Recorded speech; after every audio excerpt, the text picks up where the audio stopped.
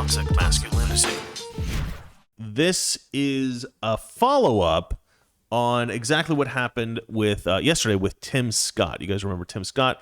He was being called Uncle Tim, right, which is a play on the term Uncle Tom. Basically, everybody's saying that he's a traitor to black people. So this article I've entitled, MSNBC says Tim Scott doesn't know what racism is.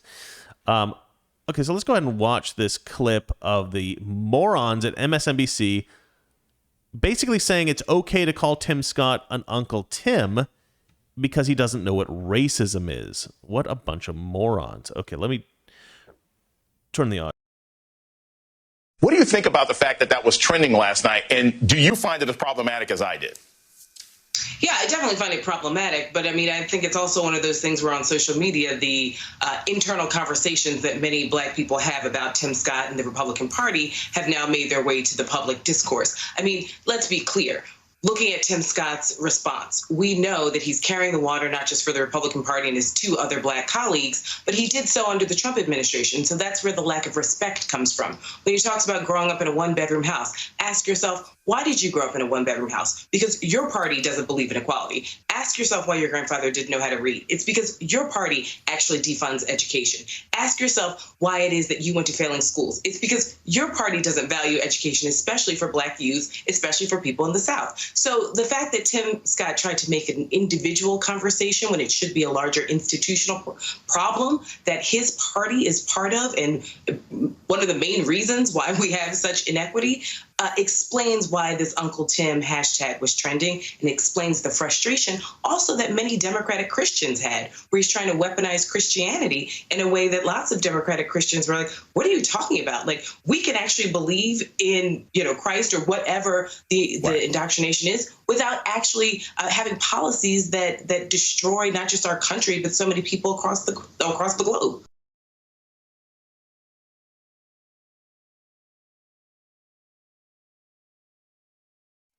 Did she just call Christianity indoctrination? Not only did she call Christianity indoctrination, but she actually used the word frustration. This word has always cracked me up. I don't understand why black people say this. Okay, so it's quite popular amongst black people, like within black communities, for people to use the word axe instead of ask,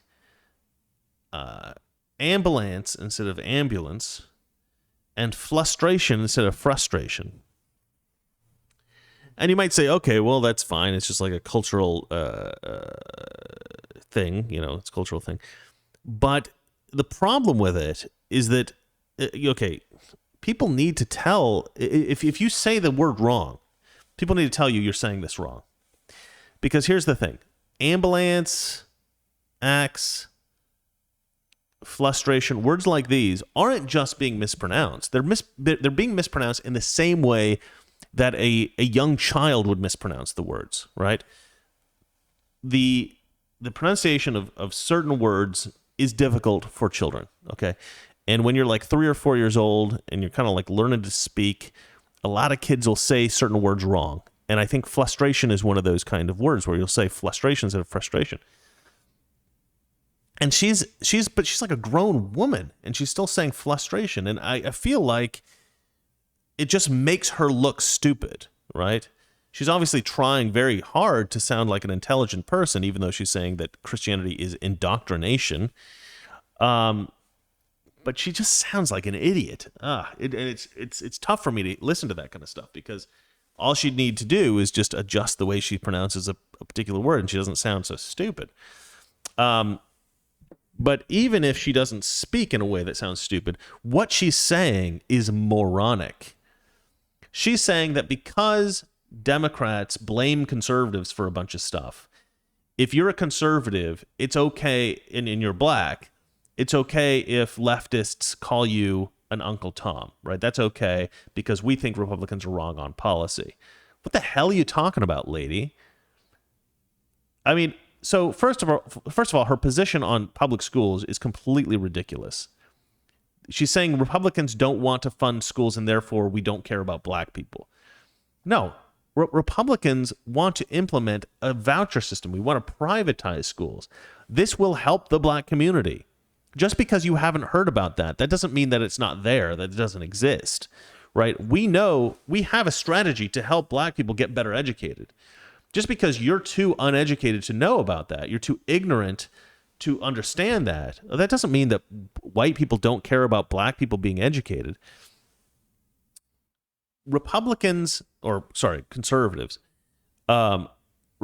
conservatives, we have plans that we believe can be very effective to help uneducated people, poor people of every race, right?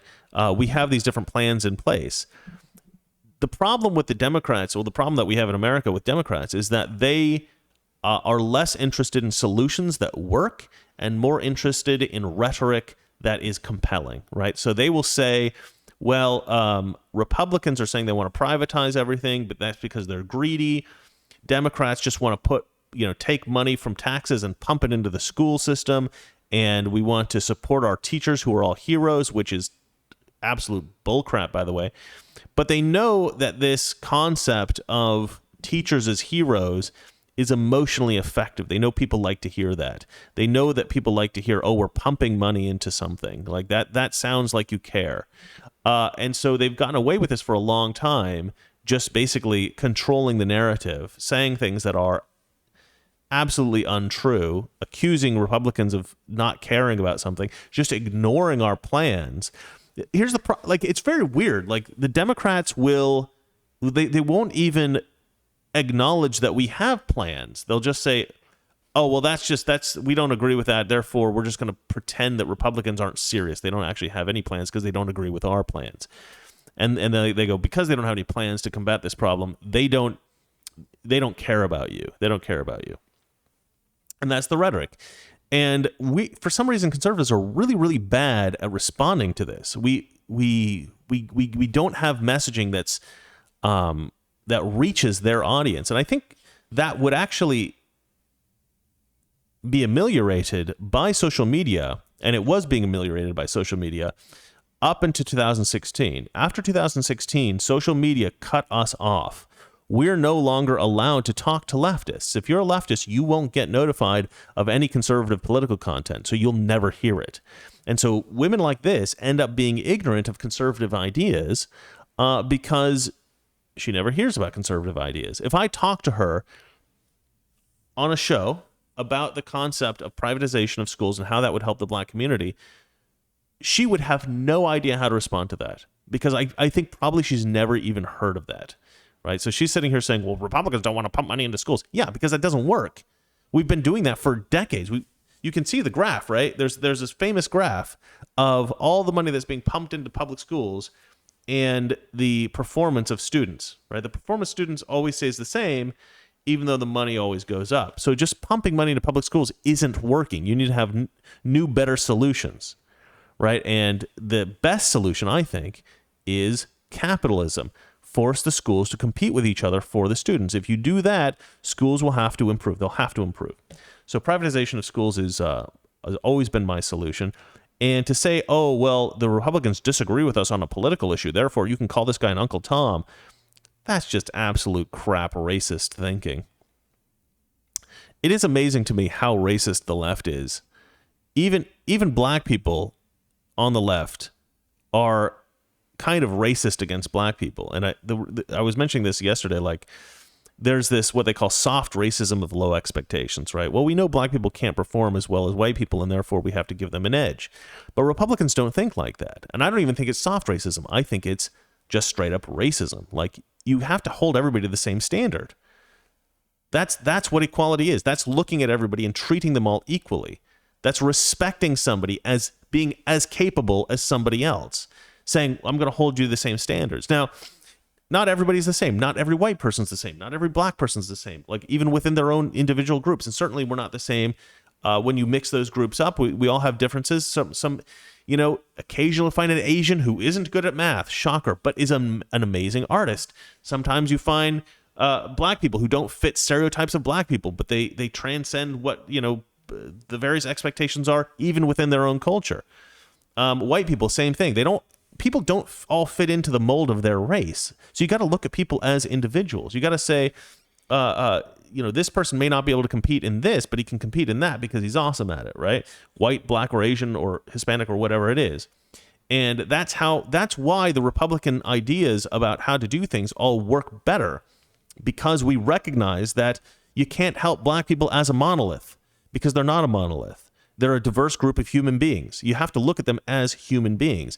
And the thing is, I don't think that the Democrat Party implements policies that consider blacks as human beings. They consider blacks as a sort of monolith, as somebody who we have to treat differently, like we treat the mentally handicapped, like we treat children, like we treat animals, right? We hold these people and these creatures to a different standard because, they obviously can't perform at the same level as most of society.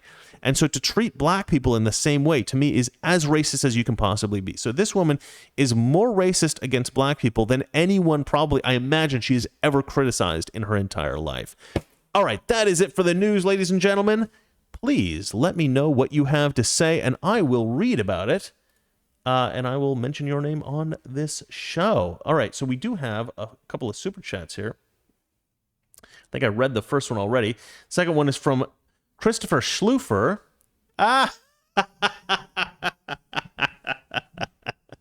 Christopher Schloofer. Chris Schloof. Okay, this guy, we call him Schloof.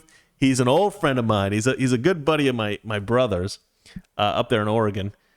That's pretty funny. I haven't talked to him in a while. We send messages occasionally on the phone. Let's see here, Chris. What you got to say? For being you and making me laugh while driving down the road. Well, thanks, man. That's Chris Schloof, everybody. Awesome guy. I want Chris to have his own reality show because he's got a crazy life. But he's a good dude up there in Oregon. Say hi to my brother for me. Chris, good to hear from you. Let's see here. We got another super chat, I think, from Ditto Head. He says, we appreciate you. Now say moose and squirrel. Moose and squirrel. I think I do a better Russian accent than Valer. So let me read some of these. Frank James says, I dare say the solution involves security, education, and economy. Schools should at least start out with their same tools. Okay, let me read that in English so I can understand it. I dare say the solution involves security, education, and economy. Schools should at least start out with the same tools. No, I don't think that they should start out with the same tools. I don't think they should start out with the same tools. And here's why I disagree with you, Frank. Because capitalism is all about innovation and invention, right? It's all about multiple approaches to the same thing. And so if you have 10 different schools with 10 different approaches, then one of those schools is going to emerge victorious. Toxic Masculinity. Weekdays, 9 p.m. Eastern, 6 p.m. Pacific.